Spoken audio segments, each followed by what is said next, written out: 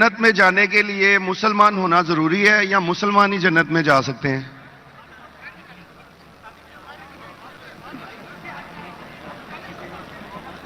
بھائی صاحب کا سوال ہے کہ جنت میں جانے کے لیے مسلمان ہونا ضروری ہے؟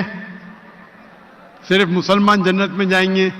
صرف اپنے آپ کو مسلمان بولنا جنت میں جانے کے لیے کافی نہیں ہے۔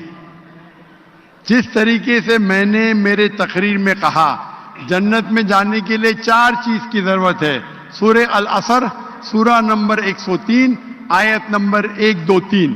اللہ تعالیٰ فرماتے والعصر ان الانسان لفی خسر۔ اللہ تعالیٰ وقت کی قسم کھاتے اور کہتے ہیں کہ انسان خسارے میں ہے۔ صرف وہ لوگ بچ جائیں گے جو لوگ کے پاس یہ 4 چیزیں۔ نمبر 1 ایمان۔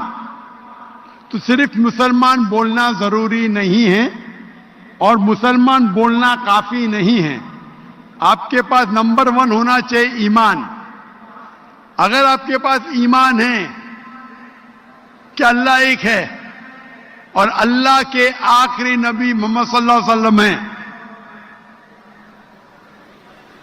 اور باقی چیز پہ ایمان ہے، یہ ایک پوائنٹ پورا ہوتا ہے۔ نمبر 2 اچھے اعمال، عمل صالحات۔ نمبر 3 وتواصوا بالحق، لوگوں کو حق کی طرف بلانا۔ اور نمبر 4 وتواصوا بالصبر، لوگوں کو صبر کی طرف بلانا۔ تو اس آیت سے ہمیں پتہ لگتا ہے کہ جو آدمی، جو انسان اللہ کے علاوہ دوسرے اور کی عبادت کرتا ہے وہ غلط ہے، وہ جنت میں کبھی بھی نہیں جائیں گے۔ اور یہ سارے کتابوں میں لکھا ہے، ساری مذہبی کتابوں میں، چاہے بائبل ہو، اولڈ ٹیسٹمنٹ ہو، نیو ٹیسٹمنٹ ہو، دھما پڑھ ہو، بدھسٹ کی کتاب ہو، وید ہو، سارے میں لکھے ہے۔ اگر آپ پڑھیں گے گرو گرنتھ صاحب، گرو گرنتھ صاحب آپ پڑھیں گے، اس کے اندر سب سے پہلا والیوم، سب سے پہلا جلد، سب سے پہلا چیپٹر، سب سے پہلا ورس کو کہتے ہیں جاپو جی، اسے کہتے ہیں جاپو جی۔ اس میں لکھا ہے کہ خدا ایک ہے، نہ اس خدا کی شروعات ہے نہ انت ہے، وہ خالق ہے، وہ مالک ہے، اور اس کے جیسا کوئی نہیں ہے۔ اگر آپ دیکھیں گے یہ ملتا جلتا ہے سورہ اخلاص کے ساتھ۔ آپ اگر سکھ کی کتاب پڑھیں گے اس میں لکھا ہے 2 قسم، اومکارا، ایک اومکارا، ایشور کا مینیفیسٹ فارم، ان مینیفیسٹ فارم۔ ہاں کہ نہیں؟ ہاں کہ نہیں؟ کون سے مائک پہ؟ میں اسکرین پہ دیکھ سکتا ہوں مائک، کون سے مائک کے اوپر ہے؟